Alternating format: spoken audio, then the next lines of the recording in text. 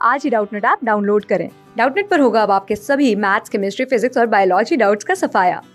बस अपने क्वेश्चन की फोटो खींचो, उसे क्रॉप करो और तुरंत वीडियो सोल्यूशन पाओ। Download now.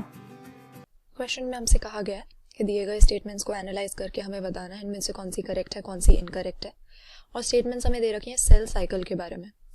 तो हम जानते हैं सेल साइकिल ज़्यादातर सभी सेल्स में मिलने वाला इवेंट्स का एक ऐसा सीक्वेंस है जिसके थ्रू सेल डिवाइड होके नए डॉटर सेल्स बनाता है।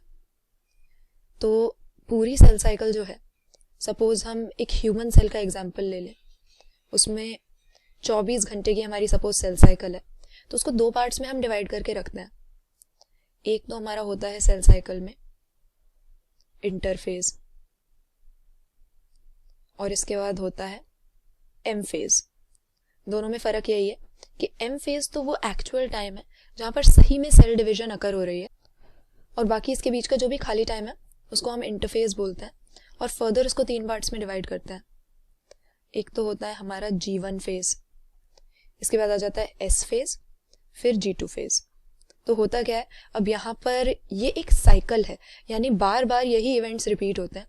तो 24 घंटे की अगर सेल साइकिल मान लो, तो उसमें से एक्चुअल में जो सेल डिवीजन है वो तो करीब 1 घंटे के लिए चलती है। तो 1 आवर ड्यूरेशन हो गई हमारे सेल डिवीजन की, और बाकी का टाइम खाली है। तो हम कह सकते हैं 90%, 95% करीब सेल साइकिल का जो टोटल टाइम है वो इंटरफेज में आ जाता है। और इसकी जो 3 स्टेजेस हैं, जो एम फेज के तुरंत बाद आता है, सेल डिवीजन के तुरंत बाद जो इंटरफेज का पार्ट है उसको हम G1 फेज कहते हैं। इसमें होता यही है कि क्योंकि ये सक्सीड करता है एम फेज को, तो यहाँ पर सेल में नॉर्मल जो एक्टिविटीज़ हैं मेटाबॉलिज्म की वो चलती रहती हैं। हम कह सकते हैं कि इस समय पर सेल मेटाबॉलिकली एक्टिव रहता है। इसके अलावा ग्रोथ की एक्टिविटीज़ भी यहाँ पे चलती रहती हैं, लेकिन डिवीजन नहीं हो रही है। फिर आता है हमारा G1 फेज के बाद S फेज। ये वो हिस्सा है सेल साइकिल का जब सेल खुद को पूरी तरह से प्रिपेयर कर रहा है दोबारा डिवाइड करने के लिए। तो यहाँ पर जो जेनेटिक मटेरियल है उसकी रेप्लिकेशन होती है। तो DNA की रेप्लिकेशन होती है इस फेज में, DNA सिंथेसाइज होता है। इसके अलावा सेंट्रियोल्स भी डिवाइड करते हैं। और फिर अगले एम फेज से पहले, यानी S फेज और नेक्स्ट एम फेज के पहले, इन दोनों के बीच में जो है वो हो जाता है G2 फेज। इस समय पर भी जो है DNA की रेप्लिकेशन नहीं हो रही है, लेकिन नॉर्मल सेल की एक्टिविटीज चलती रहती हैं। सेल साइज में बढ़ता रहता है, खुद को सेल डिवीजन के लिए प्रिपेयर करता है।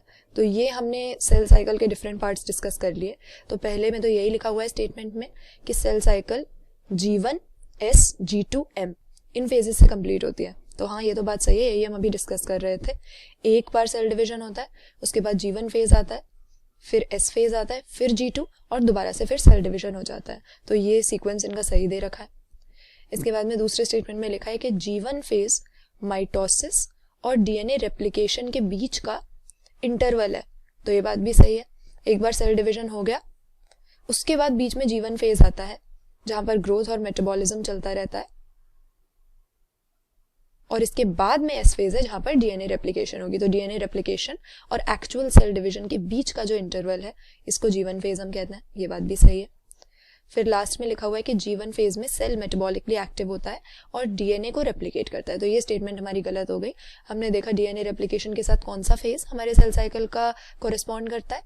S फेज में DNA जो है रेप्लिकेट होता है, DNA का अमाउंट जो है वो डबल होता है।